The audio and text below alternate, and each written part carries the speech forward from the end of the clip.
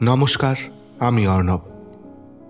আচ্ছা বলুন তো, আপনাদের কখনো মনে হয়েছে জীবনটা বড় একঘেয়ে হয়ে যাচ্ছে? হ্যাঁ, যাদের জীবনে রোজ একই রকম কিছু সমস্যা আসছে তাদের বিরক্ত হয়ে যাওয়াটা তো স্বাভাবিকই। কিন্তু যারা একটা মোটামুটি ঠিকঠাক জীবনযাপন করছেন, কিন্তু একটা গতি বাঁধা জীবন, তাদের কি মনে হয়? ওই নিরবচ্ছিন্ন শান্তিটা উপভোগ করেন, নাকি মনে হয় নতুন কিছু ঘটলে বড় ভালো হতো? কোথাও যেতে ইচ্ছে করে, নতুন কিছু করতে ইচ্ছে করে, মোট কথা জীবনে কিছু মশলা যোগ করতে ইচ্ছে করে। তাতে যদি একটু সমস্যাও যোগ হয়, তাও মেনে নেওয়া যায়। আমার কমেন্ট বক্সে লিখে জানাতে পারেন। তার আগে আসুন আজকের গল্পটা শুনে নিন। শুরু হচ্ছে আমার আজকের নিবেদন, বিভূতিভূষণ বন্দ্যোপাধ্যায়ের লেখা ডাকগাড়ি।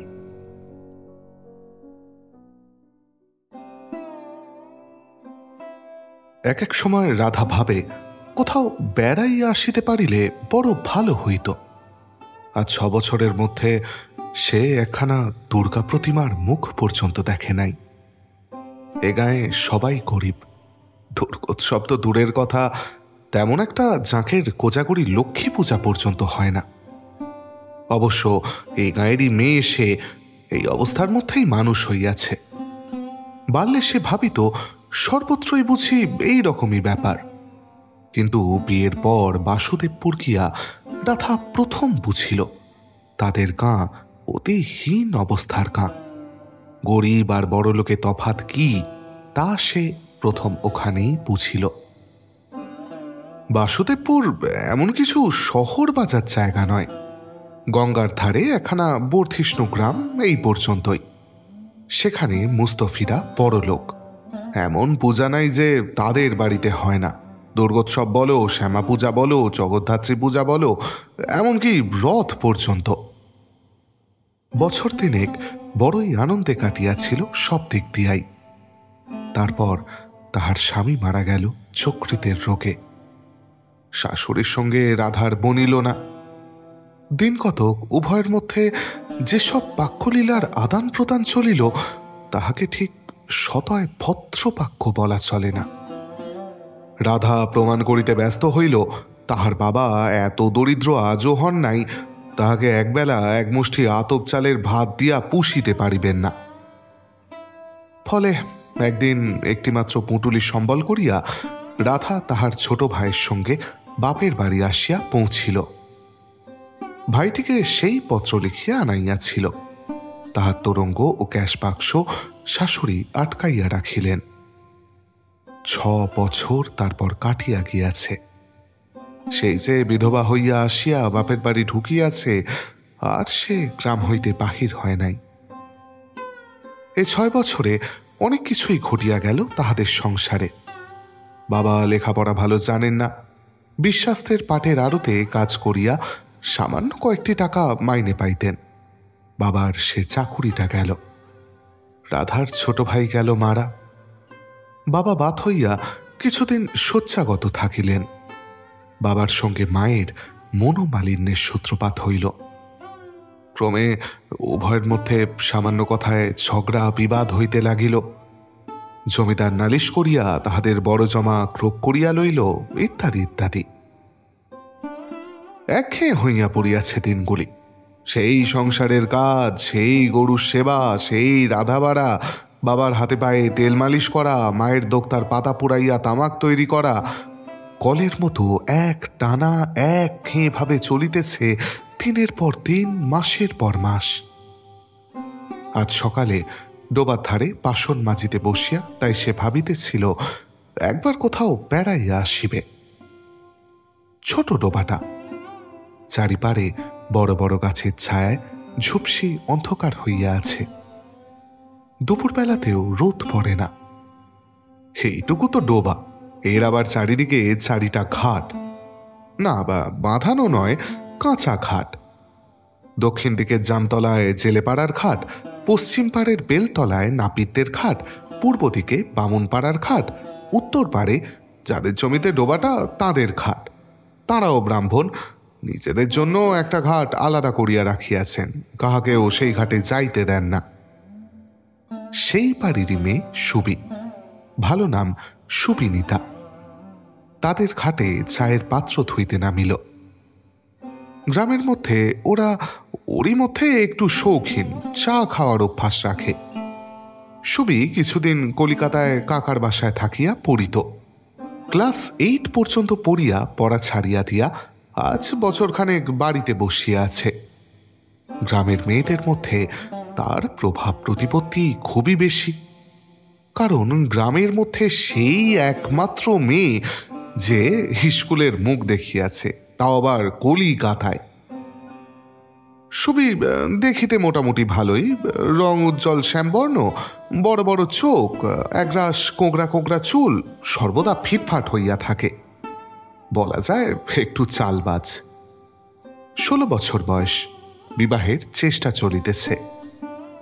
রাধা তো সুবি বলিতে অজ্ঞান, কিন্তু সুবি তাকে বড় একটা আমল দেয় না। গরিব ঘরের মেয়ে, 23 বছর বয়স, তার উপর বিধবা, এবং লেখাপড়াও তেমন একটা কিছু জানে না।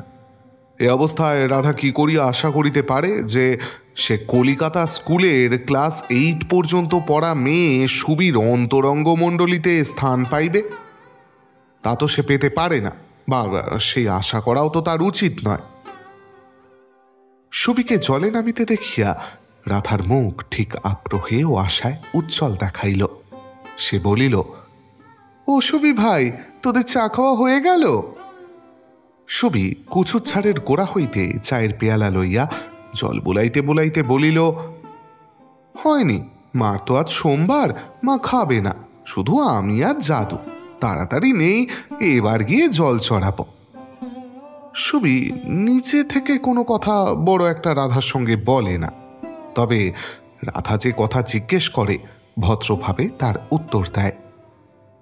রাধা জানে সুবি সাংসারিক কথাবার্তা বলিতে ভালোবাসে না। পড়াশোনা, গান, ফিল্ম, কবিতা প্রভৃতি তাহার কথাবার্তার বিষয়। কলিকাতায় থাকিয়া তাহার রুচি বদলাইয়া গিয়াছে।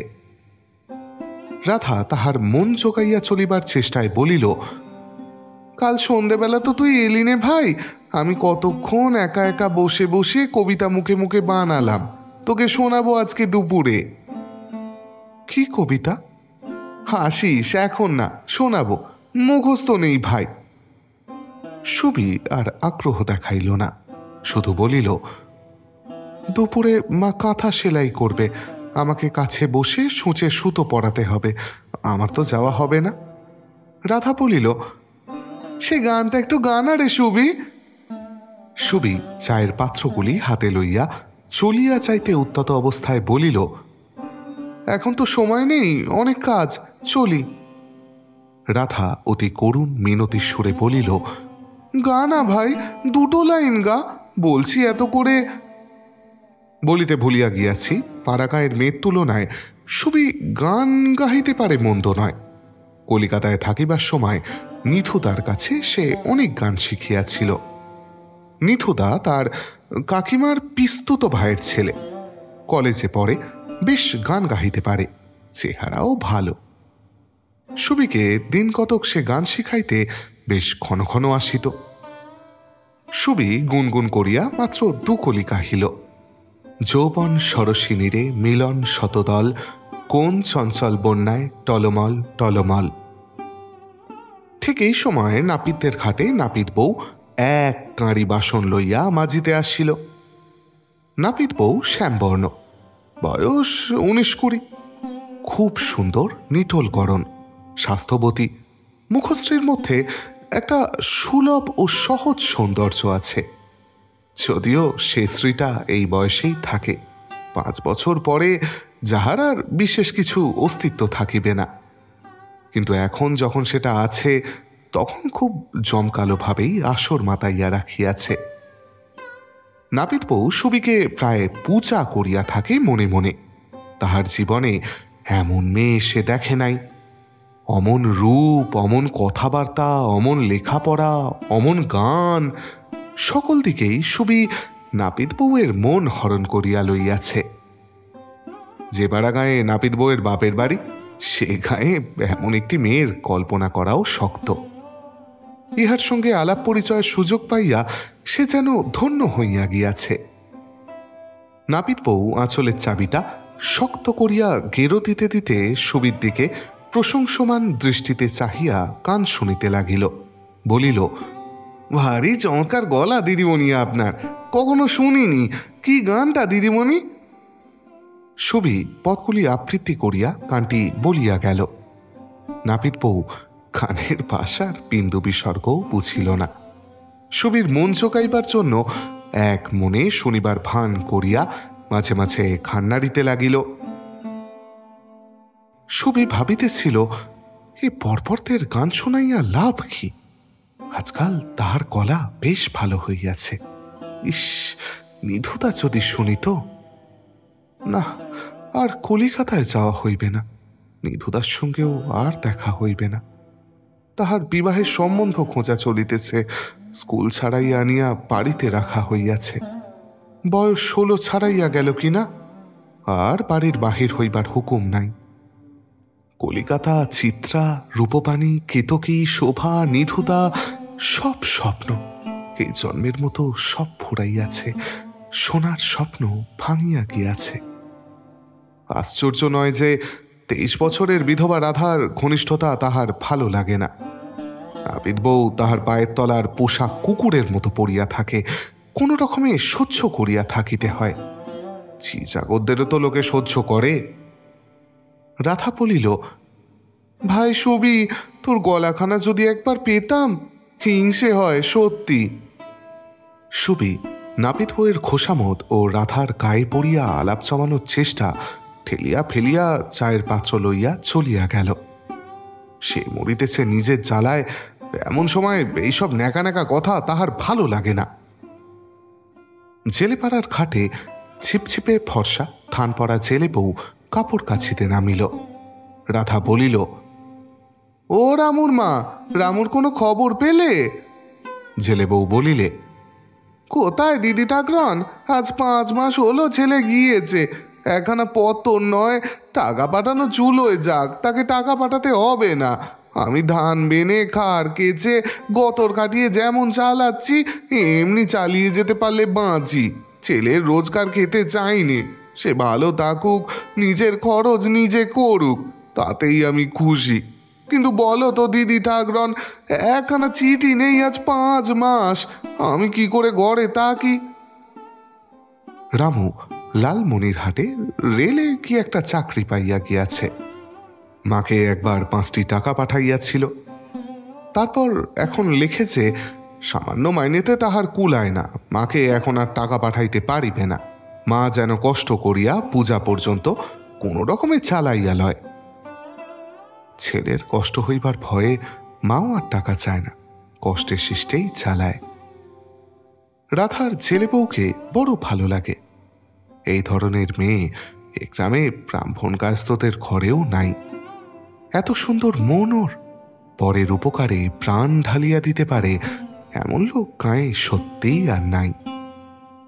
না না, শুধু রাধাদের বলিয়া নয়, লোকে চিড়েকুটিতে জেলে বউ, ধান ভানিতে জেলে বউ, যাহাদের বাড়িতে পুরুষ মানুষেরা বিদেশে থাকে, শুধু বাড়িতে মেয়েরা আছে, এক রোজ দূরবর্তী বাজার হইতে তাদের হাট বাজার করিয়া দিতে জেলে বউ, কুটুম্ব বাড়িতে তত্ত্বতাবাস পাঠাইতে কিংবা নববিবাহিতা মেয়ের সঙ্গে শ্বশুর বাড়ি যাইতে সবেতেই জেলে বউ। জেলে বউ না হইলে এ গাঁয়ের লোকে চলে না। অথচ এসবের জন্য জেলে বউ কারোর কাছে একটি পয়সাও প্রত্যাশা করে না। পাড়ার 5 জনের বিনি পয়সায় বেগার খাটিয়া বেড়ানোই তার অভ্যাস। গত জ্যৈষ্ঠ মাসে রাধার মনে আছে, আমবাগানের পথ দিয়া সে ঘাটে যাইতেছে, জেলে বউ আম কুড়াইতেছে বাগানে। রাধা বলিল, রামুর মা, আম কুড়ুচ্ছ? দেখি কোন কোন গাছের। ও, গুয়োথলির আম পেয়েছ যে দেখছি। ও বাবা, ও তো বড় একটা পাওয়া যায় না গো। আমি কত খুঁজি, একটাও পাইনি একদিনও।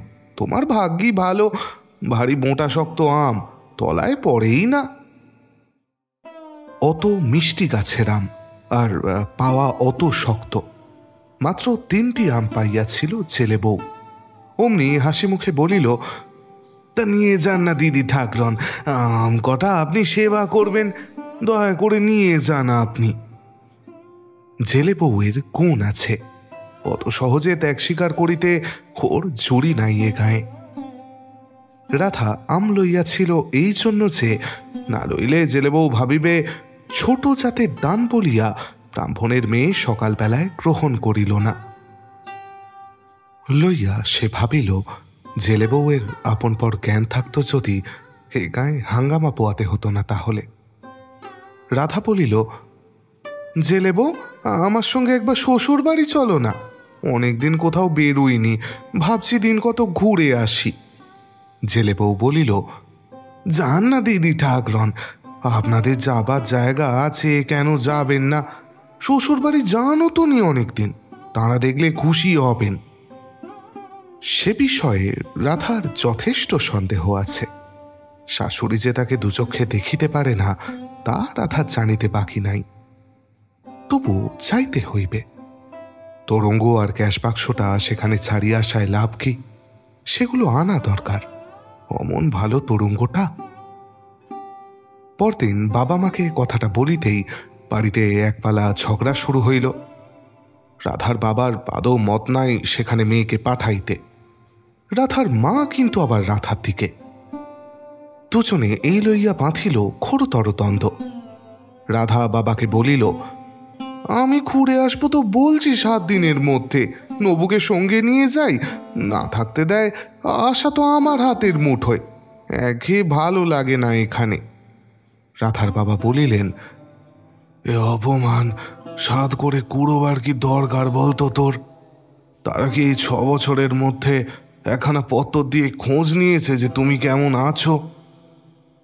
অনেক কষ্টে অবশেষে বাবাকে নিমরাজি গোছের করাইয়া ছোট ভাইকে সঙ্গে লইয়া রাধা আসিয়া গাংনাপুর স্টেশনে গাড়ি চাপিল। রেলগাড়িতে চাপিয়া রাধার মনে হইল সে মুক্তির স্বাদ পাইয়াছে বহুদিন পর।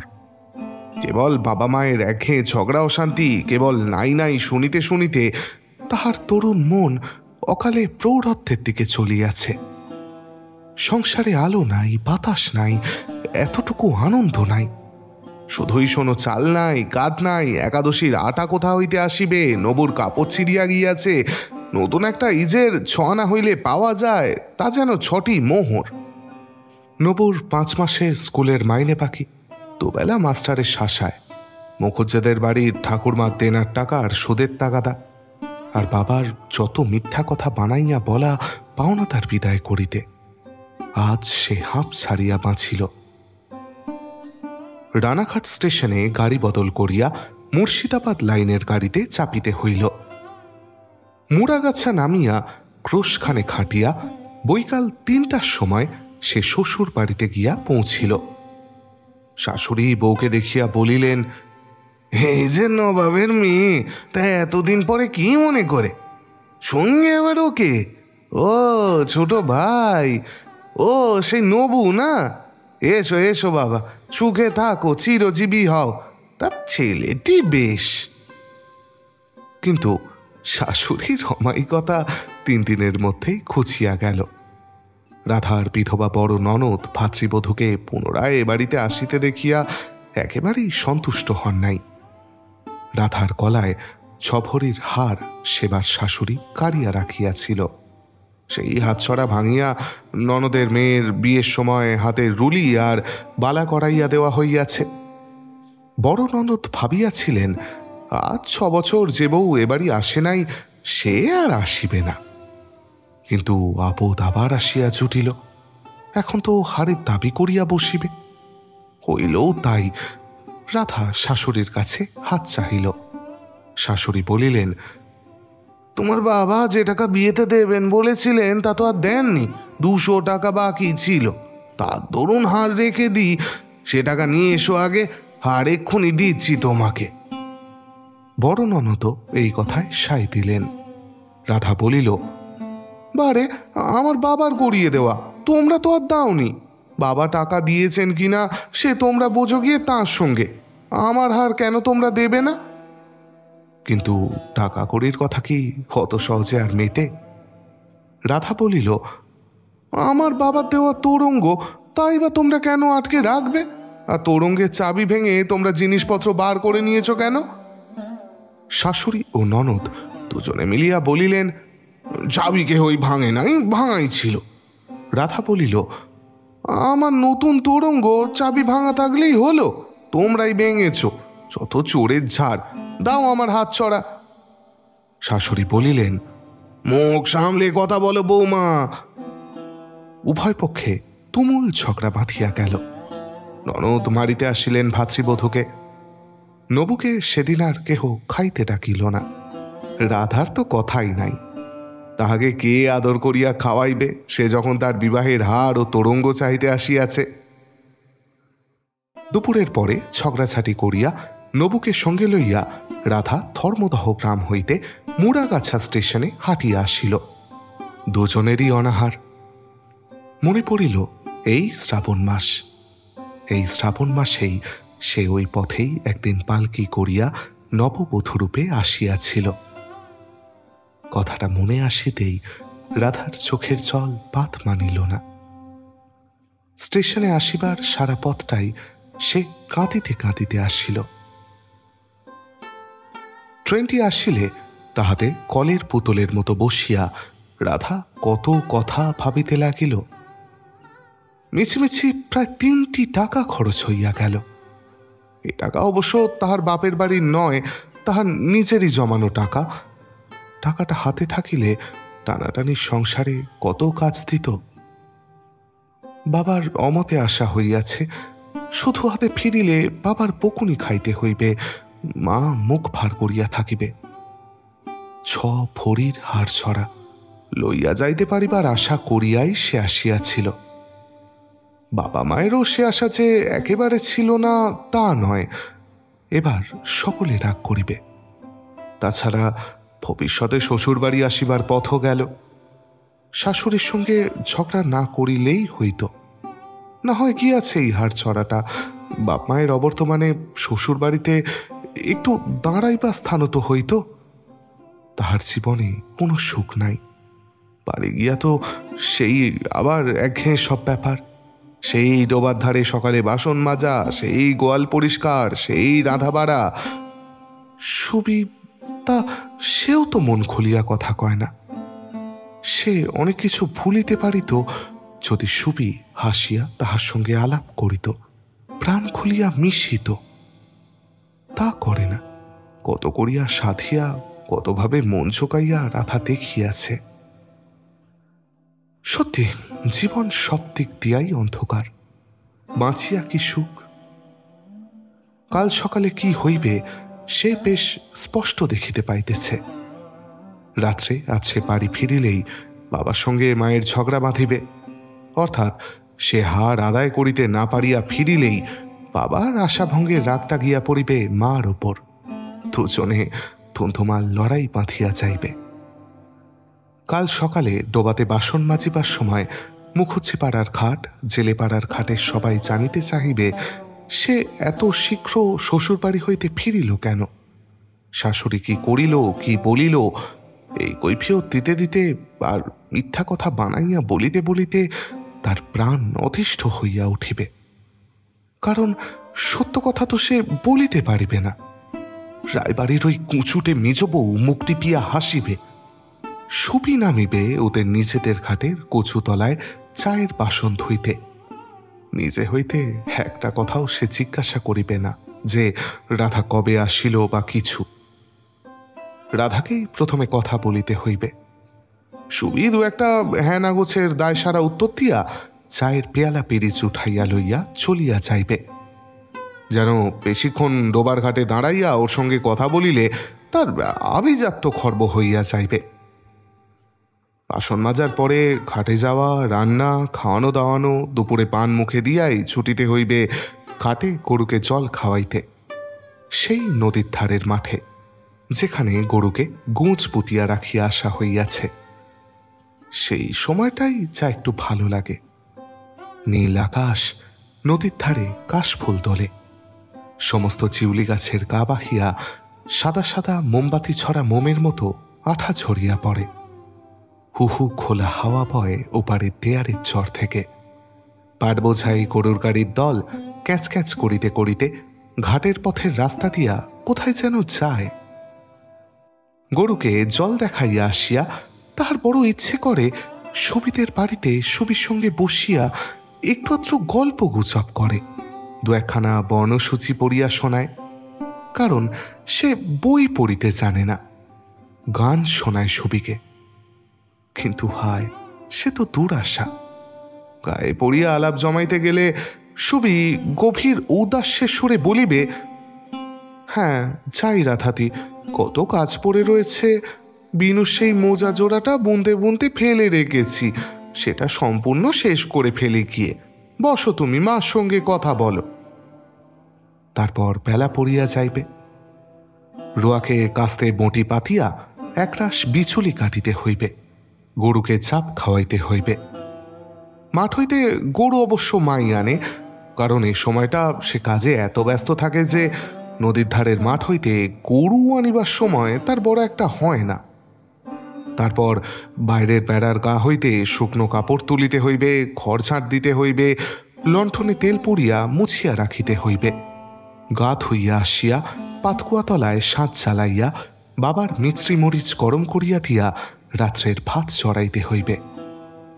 সকলের খাওয়া দাওয়া সারা হইয়া গেলে সে নিজে এক মুঠা চাল ভাজা তেল নুন মাখিয়া এক ঘটি জল খাইয়া বাবার পায়ে পাতের তেল মালিশ করিতে বসিবে। এই সব সারিতে রাত 10:30টার গাড়ি করকর করিয়া মাতলার বিলের পুলের উপর দিয়া যাইবার শব্দ পাওয়া যাইবে। তবে দিনের মতো ছুটি। এই চলিবে দিনের পর দিন, 330 দিন। হঠাৎ নবু জানালার বাহিরে হাত পাড়াইয়া আঙুল দিয়া দেখাইয়া বলিল, ওই দেখো, রানাঘাটের স্টেশন দেখা যাচ্ছে দিদি। রাধার চমক ভাঙিল। সে মুখ বাড়াইয়া দেখিল প্রকাণ্ড ট্রেনটা অজগর সাপের মতো পাঁকিয়া রেল স্টেশনের নিকটবর্তী হইতেছে। যেখানে তার ইঞ্জিন, সেখানে দূরে একটা বড় বাড়ি আর টিনের ছাদ দেওয়া তালার মতো দেখা যাইতেছে। রানাঘাট পৌঁছিয়া গেল এর মধ্যে।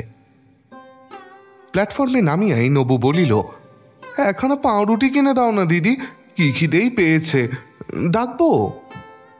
আঁচলের কেরো খুলিয়া 3টি পয়সা বাহির করিয়া রাধা ভাইকে একখানা পাউরুটি কিনিয়া দিল। তাহার নিচেরও খুব ক্ষুধা পাইয়াছে, সেও তো সারাদিন কিছু খায় নাই। ভাইকে বলিল, আর কিছু খাবি?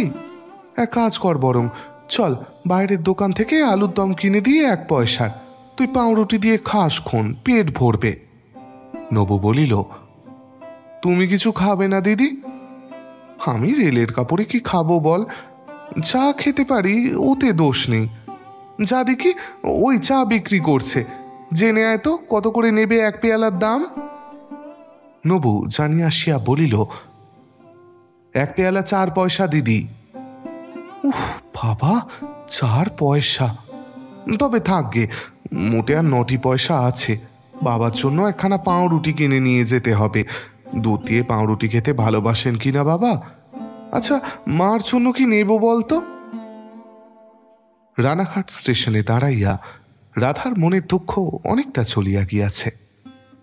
কত লোকজন, গাড়ি ঘোড়া, দোকান বসার দেখিলে মনে শান্তি পাওয়া যায়। এমন সময় প্ল্যাটফর্মে একখানি শব্দ উত্থিত হইল।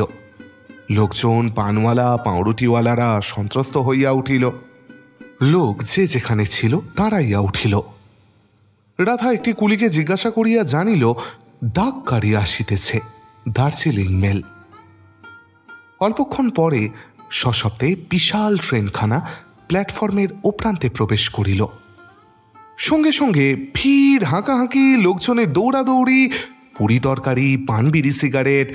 কুলি কুলি, এই দাঁড়াও, হই হই ব্যাপার একেবারে। স্টেশন সরগরম হইয়া উঠিল। রাধা নবু যেখানে দাঁড়াইয়াছিল তারই সামনে ডাকগাড়ির 1ম ও 2য় শ্রেণীর কামরাগুলি থামিল। রাধা অবাক হইয়া চাহিয়া দেখিতেছিল। ঝকঝক তকতক করছে কামরাগুলি। কিরকম পুরু চামড়ার কতিয়াটা বেঞ্চি। সাহেব মেম মোমের পুতুলের মতো তাদের ছেলেমেয়েরা দামি শাড়ি পরা সুন্দরী বাঙালি পরলোকের মেয়েরা। সুবি কোথায় লাগে এদের কাছে। বিহারারা ট্রের ওপর চায়ের জিনিস বসাইয়া ছুটোছুটি করিতেছে। একটি অতি সুন্দর ৬-৭ বছরের ফ্রক পরা সাহেবদের মেয়ে প্ল্যাটফর্মে নামিয়া লাফাইতেছিল। তার মা আসিয়া তার হাত ধরিয়া গাড়ির মধ্যে উঠাইয়া লইতে লইতে কি যেন বলিল। হিট হিট ফ্রিং ফ্রিং, কেমন যেন মজার কথা ওদের। হাসি পায় শুনলে, কিন্তু সত্যি সত্যি কি চমৎকার দেখিতে খুকিটা। নবু বলিল, এইদিকে এসে দেখো দিদি, খাবার গাড়ি। একখানা খুব লম্বা গাড়ির মধ্যে সারি সারি টেবিল পাতা, টেবিলের ওপর থপথপে চাদর, কাঁচের ফুলদানিতে ফুল সাজানো, চকচকে সব কাঁচের বাসন। মেলা সাহেব মেম খাইতে বসিয়াছে। বাঙালি মেয়েও আছে তাদের মধ্যে, তবে বেশি নয়, 2-1 জন। 18-19 বছরের একটি বাঙালি মেয়ে বেশি দামের টিকিটের কামরা হইতে নামিয়া প্ল্যাটফর্মে দাঁড়াইয়া ফল কিনিতেছে।